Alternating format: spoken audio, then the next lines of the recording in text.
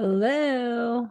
I'm just going to stop sharing this. I'm super excited to talk about this subject I've been diving into a lot lately about how to make today the best day ever. What if you could start each day with setting the intentions that today is going to be the best day ever, to have positive energy, positive vibes, and really just glow all day and help other people be happy and smile and laugh and have a good day as well, because it's contagious when you're smiling, right? Did I make you smile? So I am diving into some articles that I want to share with you on how to make today the best day ever and tomorrow the best day ever. So every day is going to be the best day ever. One thing I looked at is an article by Sean Wells and Huberman Lab, of course, because they've got a gazillion podcasts on sleep optimization and sleep toolkit and how to start your day. And then I found an article on sunlight, because I'm always asking the why as I become more of a health investigator, as I get older and wiser. I always ask why. Why do we need to wake up and see the sun within 1 hour of waking? Why do we need to stop eating 3 hours before bed? Why do we need to do a gratitude journal? So always ask why, but let's look at how to build a good morning routine by Sean Wells, who I love reading his posts and articles and great infographics. He does so much work just out of love for people. And he is an ingredientologist. He formulates supplements, and he's very well educated. And you can go back and find the podcast we did together. And the last one was on his new book out last year or 2 years ago. So how do you build a good morning routine? So to start the day off right, one, make your bed, right? You're supposed to make your bed, don't check your email, get up and get outside. So some tips that Sean Wells shared: one change at a time helps you make realistic changes and see what actually works for you. Keep a new habit up, keep it up for several weeks, make it part of your daily routine. If this works for you and adds benefit, then add that thing as part of your routine. Once you've made that practice part of your routine, and then add other things in one at a time. So I call this layering. Start with one thing. Don't try to do 10 new things at once. Pick one thing, because it gets overwhelming when you listen to podcasts and read articles and social media, like, oh, I'm going to do all of this. And you do it, and then you quit after a day or a week or 3 weeks, right? So pick one thing you learn from even this episode today and what you can implement tomorrow morning. So as Sean writes, if you were to try everything at once, you'd have no idea what's working, what's not working. And you may actually get stressed from all these things. So try to do one thing and see what the effect is. And I agree with that. Example, in our household, we're trying to do the sauna at night, do some yin yoga, stretching, doing the research-based 30-second stretching, 3 circuits, doing that 4 nights a week. And then I like to write in my gratitude journal. And then I read at least 3 pages. I also obviously need to brush my teeth and wash my face and do my cleanser face mask sometimes a week. Now, if I try to do all that, I need to leave some time before that. I always have finished work, and then there's dishes to do, laundry to do, all those kind of chores. And then if we go to the gym before that, it just makes things too hectic. So you kind of have to pick your priorities and not do what last night I decided I won't do the sauna tonight because I have to do dishes and this and that and get ready for the next day. And that was stressing me out, trying to do too much at once. So even though the sauna is beneficial, the stretching is beneficial, my gratitude journal, my breathing exercises, all these different things that can be stacks are beneficial. But if you're trying to do too much and it's overwhelming and it was giving me anxiety and stressing me out, I had to give something up. I couldn't do all of those things. So you need to kind of pay attention. And when you're working out on your ideal day, more is not better. Less is more is my mantra. Okay, so let's go back to Sean's article. How does Sean Wells wake up every morning? So one way of waking brings you joy and a sense of calm as you wake up. And one way jolts you awake with a cortisol flush, rush, fight or flight, which you're in sympathetic. Get up and run from that line, and stress. Choose the best way to start your day. So we want to make sure we wake up with joy, sense of calm, not feeling stressed and anxious. I'm being attacked. I'm rushing. And you have that, what I used to have before my old self. I was living life as a race, as my book is called. And I was getting up in the morning and rushing through the day until I hit the pillow that night. So learn from my mistakes. Setting yourself up the best sleep schedule will bring you joy and happiness in the day. So stress and sleep are part of the holistic method because all these elements impact one another. So if you wake up stressed, you're not going to have the best day ever. So how you start the day is really important. So Sean's talking here, choose the best way to start your day. So when designing your morning, Sean says in his article, think about the light you're exposed to and whether you wake up and see something that brings you joy. Incorporate some type of breathing exercise or meditation. You don't have to jump straight out of bed. Take a few extra minutes. And this is a good time, as I was talking to Rhonda Collier about doing HRV testing with the heart rate strap. You have to get up, put the strap on, but lie down and then stack that HRV testing with your 5 minutes of meditation. Use that time meditating that you're focusing on your breath. So meditative breathing. Or, get up and make your coffee like I do.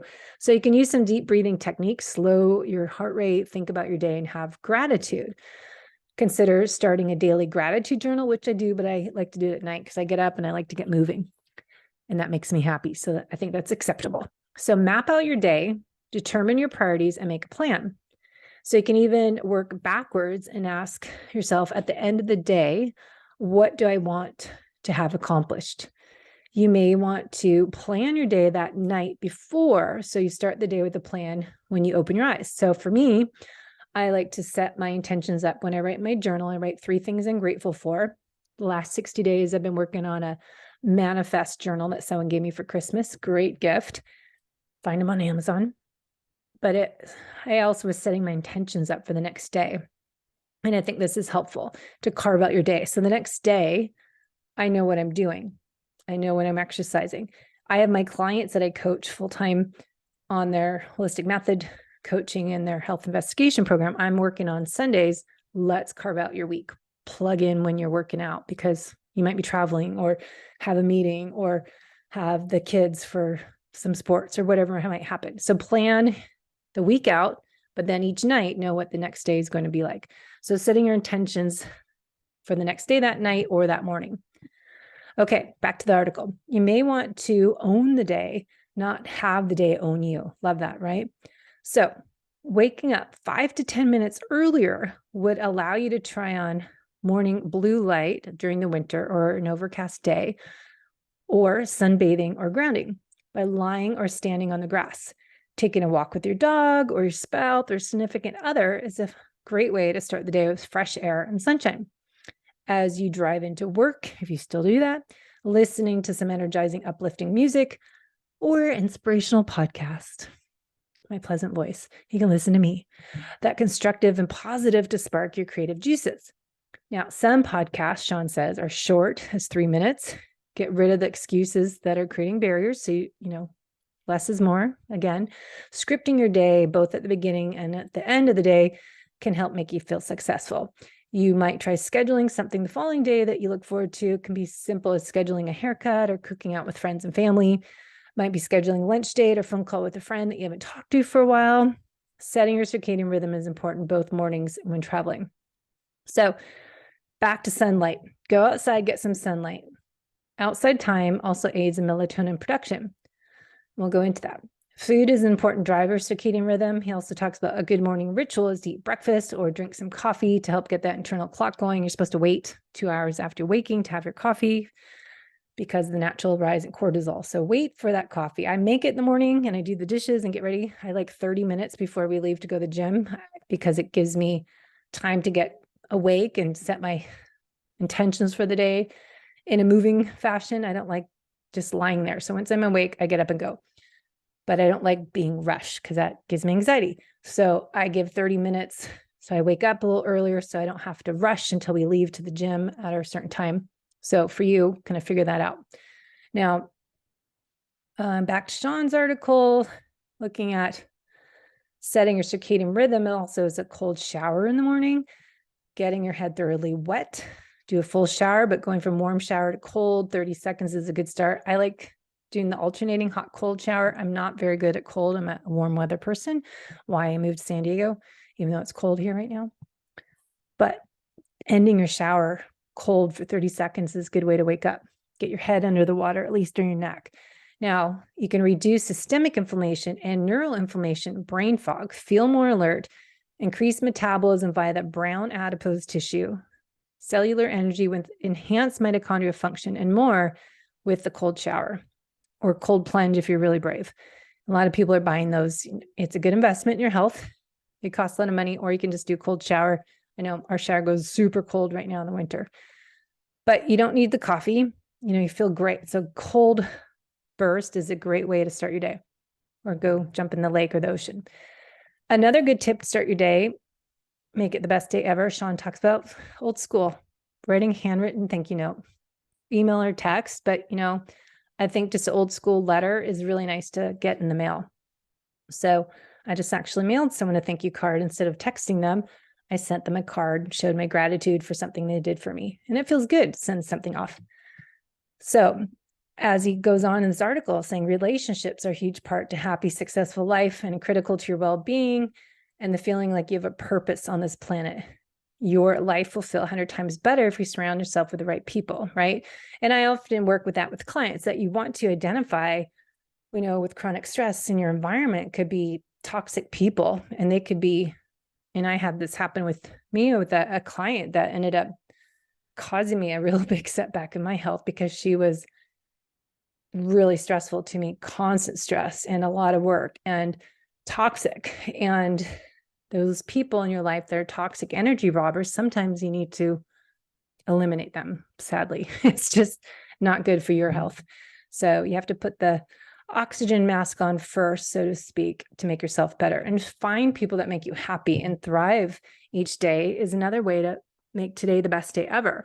Instead of having, working at home and just being by yourself all day, that I think COVID made us comfortable staying at home, working at home. Maybe you don't go to the gym, you're just alone all the time. And I do not think that's healthy. I think we need to be around people. There's a reason I go to master swim class at 11:45 to 1:00, 4 days a week, because I need to be around my people and smile and have fun and chat.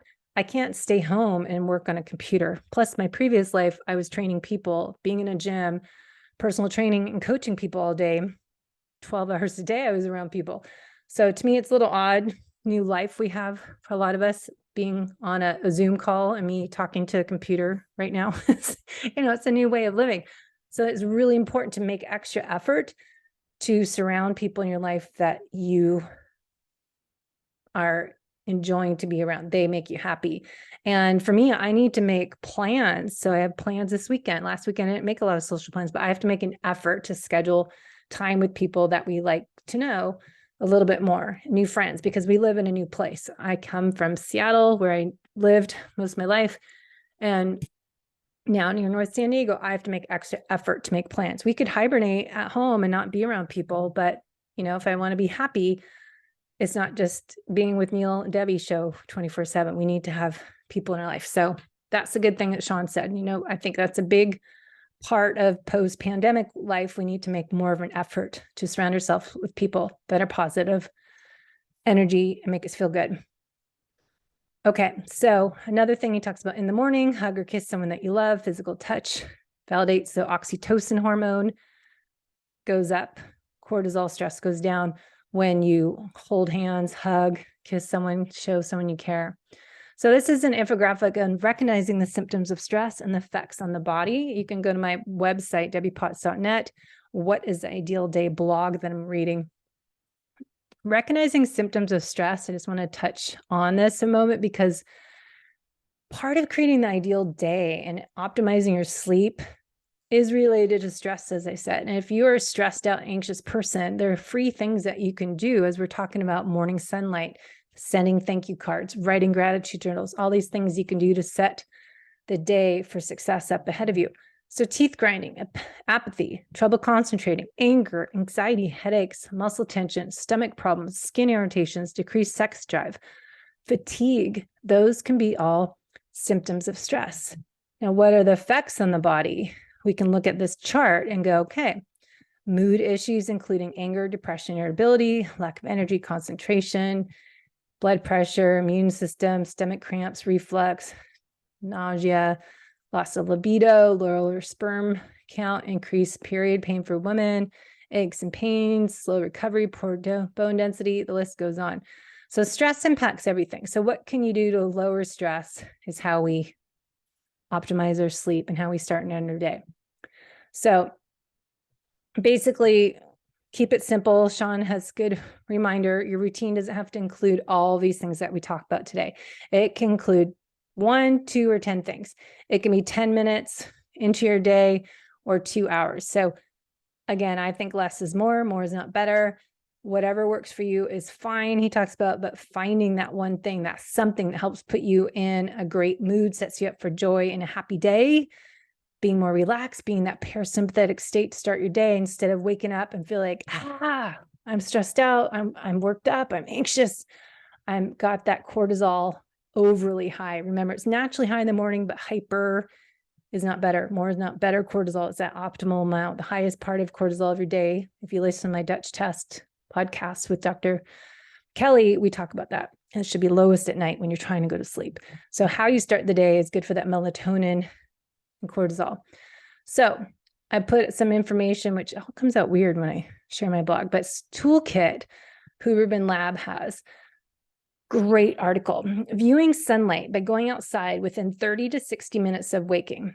Do that in the late afternoon prior to sunset. If you wake up before the sun is out, you want to be awake, turn on artificial lights, and go outside once the sun rises. On bright, cloudless days, view morning and afternoon sun for 10 minutes. Cloudy days, 20 minutes. Very overcast days, 30 to 60 minutes. If you live someplace with very minimal light, consider artificial daytime simulator source. Do not wear sunglasses for this practice. If you can safely not wear sunglasses, you can wear contact lenses, and eyeglasses are fine, but you don't need to look directly at the sun. You don't want to look any light directly into a bright light. It's not good for your eyes if it's painful. So you can wear a brimmed hat, sunglasses, and remain in the shade and expect to wake up your circadian rhythm, he said. So good example this morning. I go to the gym in the morning, and then I go run or for a walk on Mondays is our active recovery day. Now, Wednesdays we go to spin class, and eventually we'll ride outside once it gets later. So I'm up outside sunrise. Now, if you're not, at least you can go outside and walk, but I go and run or do something outside, exercise. I noticed as I was this morning, Torrey Pines, a lot of people wear their sunglasses. Most everyone I saw, and it's 6:30 in the morning. I do not understand why people put sunglasses on when the sun's not even up that high, but for some reason they do. And I want to tell everybody, but I keep my mouth shut. It's great for your sleep if you just expose your eyes to that natural morning sunlight.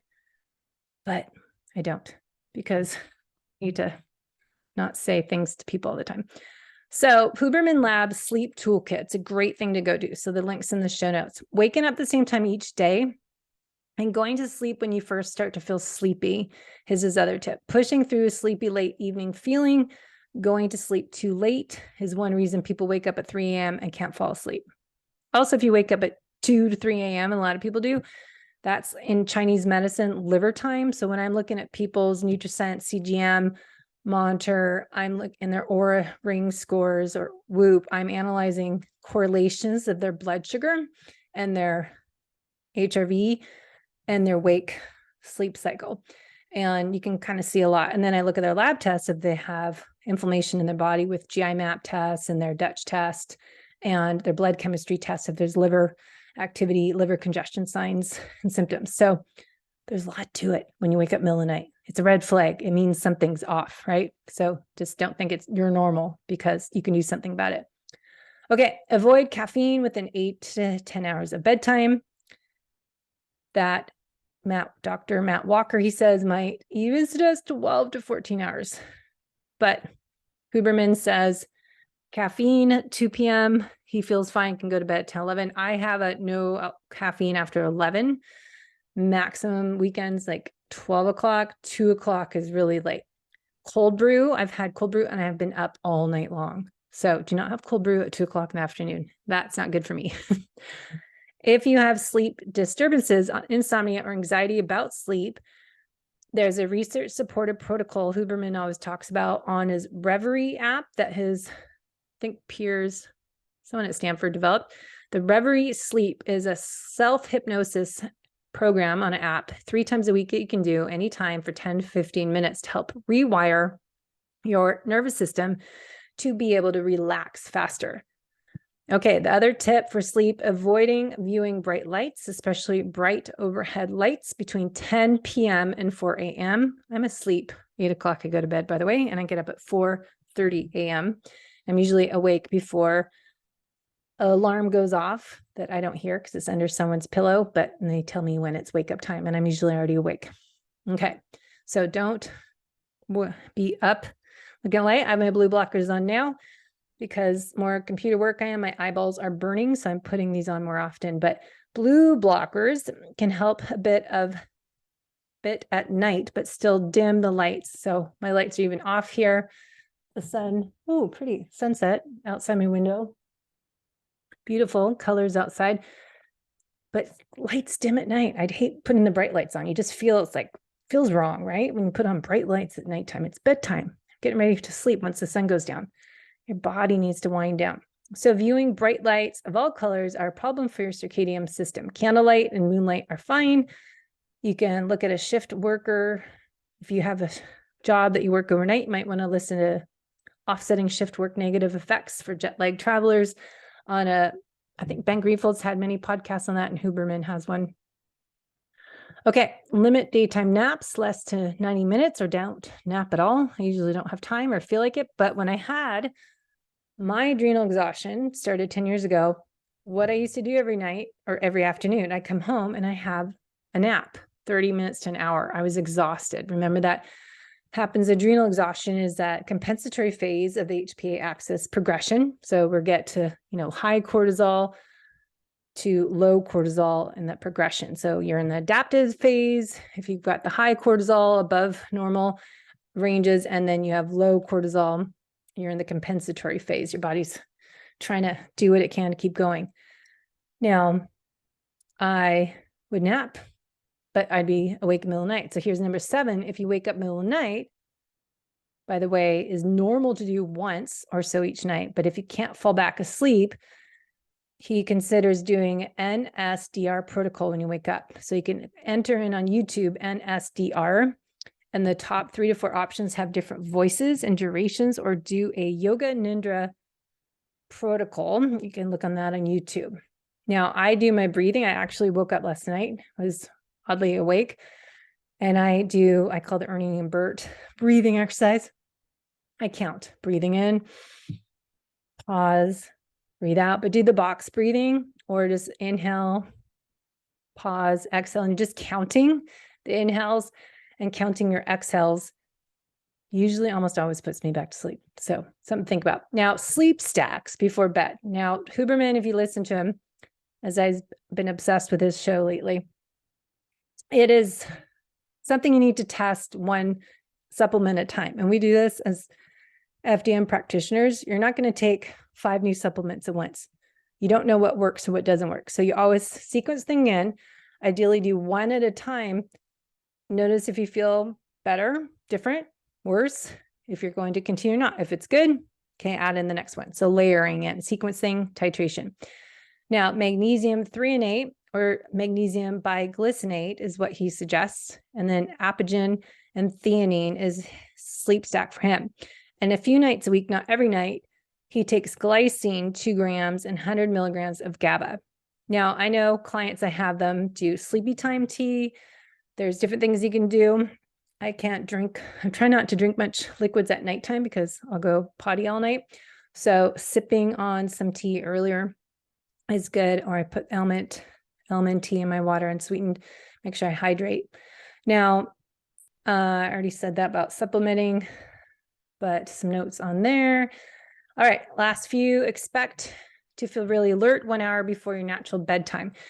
This is natural occurring spike in wakefulness that sleep researchers have observed, so don't freak out. Keep your room, probably by now, sleep hygiene routine to make today the best day ever. Remember, talking about how to make today the best day ever, and that's starting with morning sunlight and then sleep hygiene routine, what you're doing before bed. So how you start the day, how you end the day will optimize your sleep, and that will reduce stress, and that will help make today the best day ever. Now, dark, cold room. I wear eye mask. We have a heavy blanket. I'd like a chili pad, but I put a fan on, keep the windows open, gets fresh air in. And when the summertime comes back and it's hot, ideally, that's when I'd like my chili pad and keep the bed cold. But keep your room cool and dark and layer in blankets that you can remove. So usually I start to bed cold and then I warm up. So you listen or read. Your body needs to drop in temperature by 1 to 3 degrees to fall and stay asleep effectively. Body temperature increases are one reason you wake up. And I'm 51 years old, and sometimes I wake up and I'm really hot. So who knows that hormones or what's going on. But if it's too hot, you would have to use a cooling device, and that's harder to simply toss up blankets if you get too warm. So, sleeping in light clothes and having kind of a layering effect of a sheet and the heavy blanket and your quilt, you can throw off the quilt, and then I just have my little fuzzy blanket I like. So drinking alcohol, big thing if you want to have the best day ever. Avoiding alcohol would probably be good, but sleep medications he talks about as well, but drinking alcohol messes up your sleep. If you track Whoop and Oura Ring and listen to my previous podcast on heart rate variability scores, alcohol doesn't serve you many, if any, benefits. Maybe wine, polyphenols, but alcohol, not so good. And then talking about kids, and anyways, those are some great ones. So interview on what he does, I put in my show notes, but morning light therapy.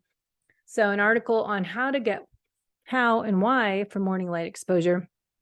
You want to get out in the sun, and I said this in the Huberman lab, but 30, 45 minutes in the sun, don't wear sunglasses, visor, get direct light, but not looking straight. So doesn't count when you're looking out of your window in your house or out of your car. Get outside. And it's great to get in nature. All right, lastly, I won't go on anymore, but you can read the article. Aura has a great article, 10 tips for better, deeper sleep. So how to make today the best day ever is that you had amazing sleep last night. So give your screens a break at least 1 hour before bed. Stick to your reasonable bedtime, even on weekends.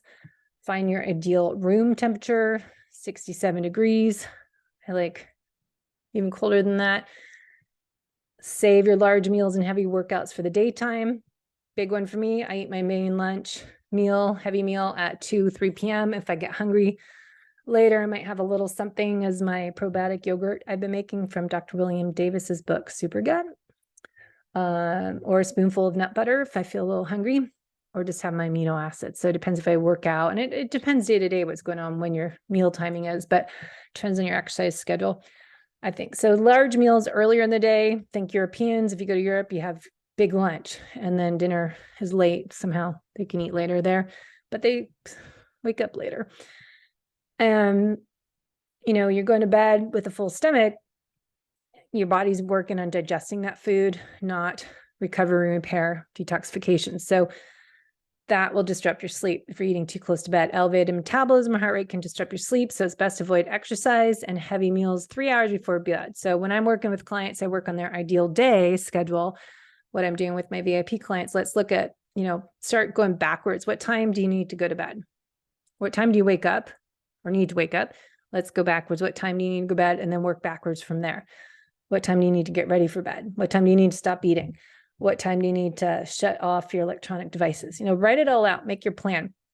Schedule some time to unwind. As I said, not packing so much in the evening that you're trying to do yoga and sauna and doing your meditation breathing and doing your journaling and doing all this stuff. Then suddenly it's like, I don't have enough time to do it all. And then I'm stressed out. So slow down, push pause, reset, take a moment to regroup, and then make sure you have gaps in between things. I used to pack everything nonstop from morning to night. That was part of my stress. I was living life as a race, as I say. So it is important to put those little breaks in between there so you're not packing too much into your day. So don't make all these stacks stressful because it defeats the purpose. Okay, instead of drinking, get some extra sleep, some more on alcohol, more on not having the coffee late in the day, caffeine. Don't exercise late in the day again. So, it's the best time of day. You'll look at the circadian clock is like easy, fasted exercise in the morning. That's zone 1, zone 2.